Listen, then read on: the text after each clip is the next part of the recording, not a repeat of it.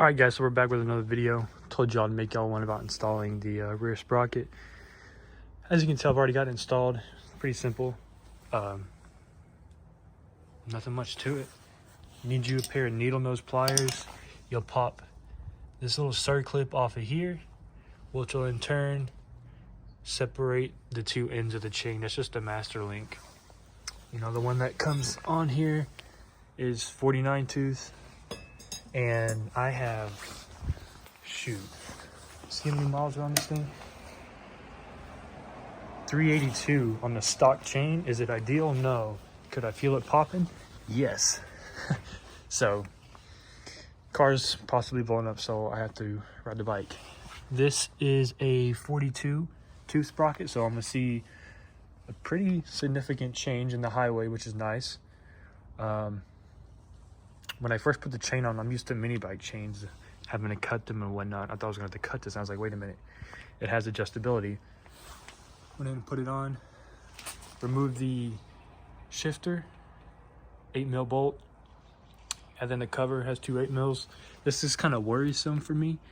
This, you can't tell now with the chain on, but it kind of had a little bit of play. I'm not familiar with those, so I don't know if they are supposed to, but that is something to keep in mind. When I took the wheel off and put it back on, it sat kind of a little bit further back here because the stock chain is longer. Put the wheel back on and rotated the wheel a few times, and it kept snagging, like the brake caliper. I'd rotate it, it'd be smooth, and it would catch, and it just kept doing it. And then whenever I would rotate it backwards, this caliper guide pin in here, this whole caliper would just walk on there, and I'd push it forward and it would free up and then catch. So I backed this nut off a little bit, just pretty big size. It's a 1 1/4, and was able to get it off. Like I said, at first I didn't think the chain was gonna fit, but it fits perfectly. I don't think I'd feel comfortable cutting this type of chain anyways with the little Harbor Freight cutter I got. But yeah, whenever you install these retaining clips, make sure they face this way.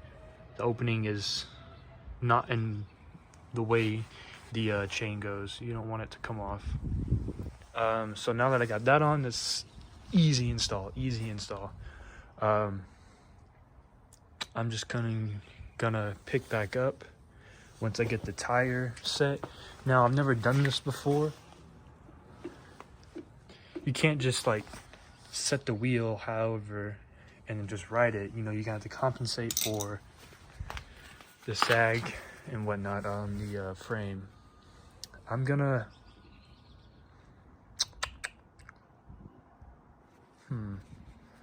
probably gonna push the wheel back just a smidge.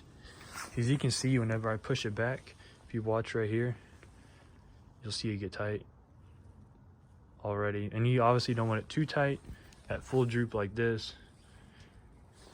Well, I'm gonna just have to look at it. Getting this bike on the stand by myself is not easy. I don't want to have to keep doing it multiple times. So that's not in favor. But this is way too loose. And it does come with grease, which is sweet. Some lubricant. Yeah, I'll pick back up once I get it all situated. All right, so just wanted to catch back up with y'all. I got it installed. I don't know if it did this before, but chain's hitting the tire. This chain does seem to be a little wider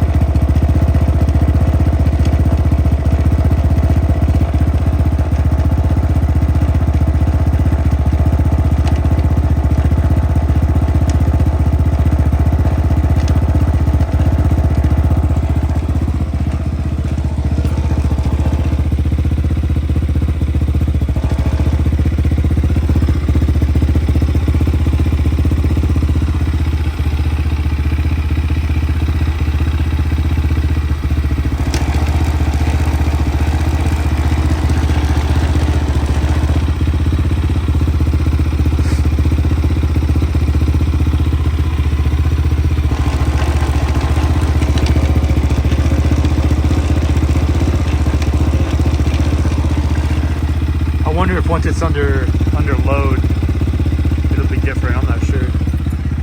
I'll have to pick back up and show y'all. And still can't find neutral. But yeah, I'm gonna get it set on the ground and I'll test it out. These are set basically back to where they were when it came off. Same with these. I just snug these down a little bit, tighten this down all the way. Check the seat. All right, so got it off the sketchy ass stand, and the chain is indeed way too tight. Look at this. I mean, people always say like 3 fingers is too much, 2 is just right.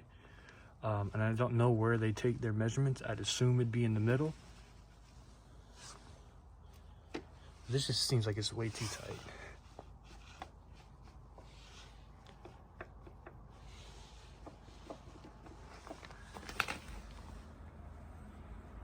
And this chain is ever so slightly a smidge bigger than the OEM chain. Don't know why. Only difference is that's a 520H.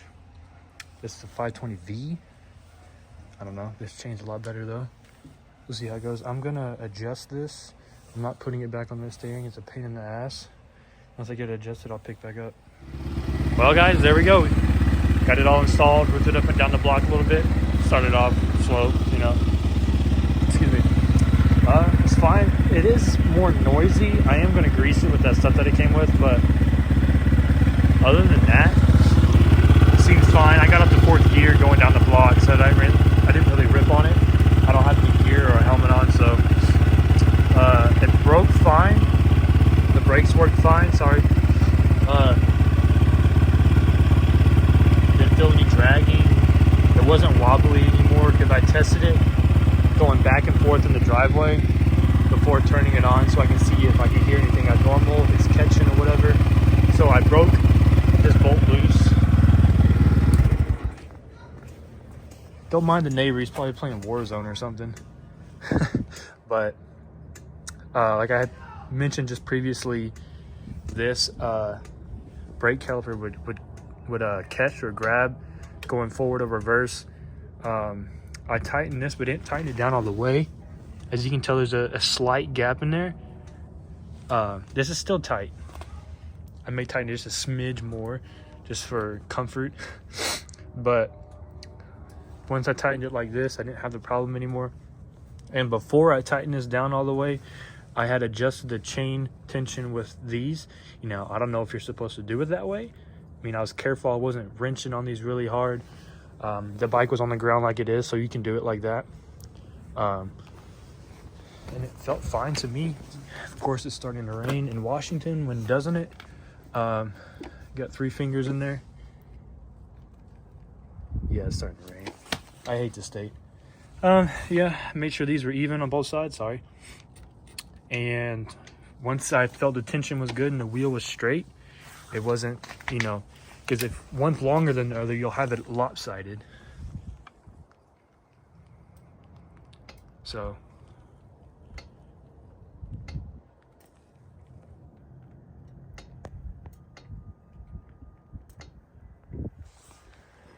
everything seems fine, seems even.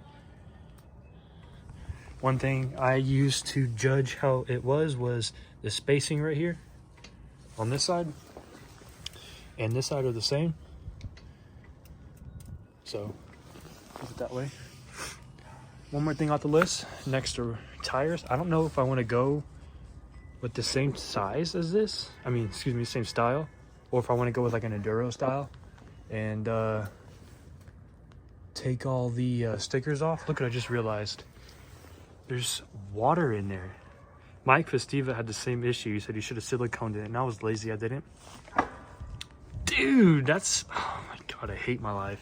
It's so much water. I need to see that damn light even works now.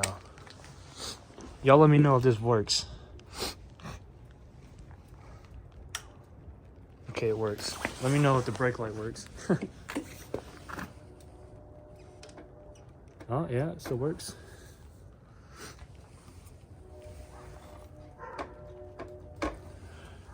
Not for much longer though. which is nice. I guess the water, yeah, it gets in up through that little hole right there. Yeah. I actually have some clear silicone. I'm gonna hit it with some clear silicone tonight. And then fucking should be good by the morning. I don't keep it outside. I always keep it in the garage anyways.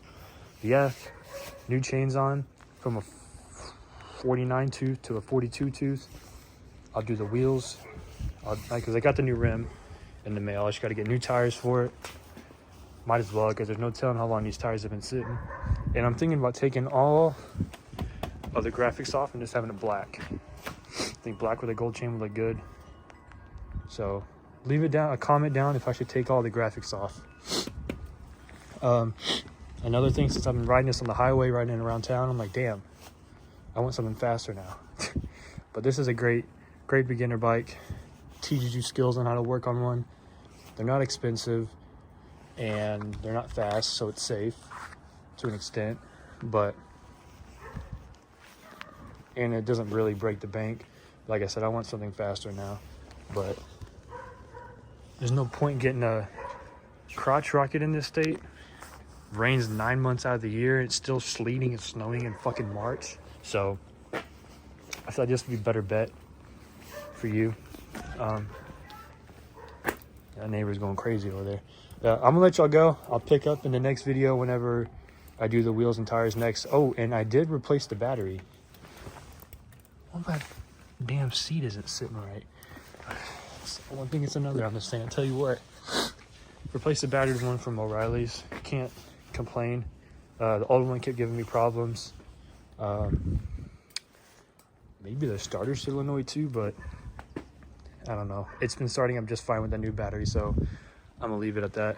Like I said, new wheels and tires next, and I'll pick up then.